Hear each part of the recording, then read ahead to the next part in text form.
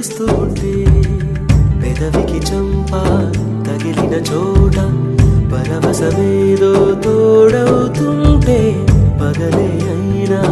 గగనంలోన తారలు చేరెనుగా నిజంగా నేనేనా ఇలా నీ జతలో ఉన్నా ఇదంతా ప్రేమేనా ఎన్నో వింతలు చూస్తున్నా ఎదలో ఎవరో చేరి అన్ని చేస్తున్నారా వెనకే వెనకే ఉంటూ నీపై నన్నే తోస్తున్నారా హరే హరే హరే హరే హరే రామ మరి ఇలా ఎలా వచ్చేసింది ధీమా ఎంతో హుషారుగా ఉన్నదిలో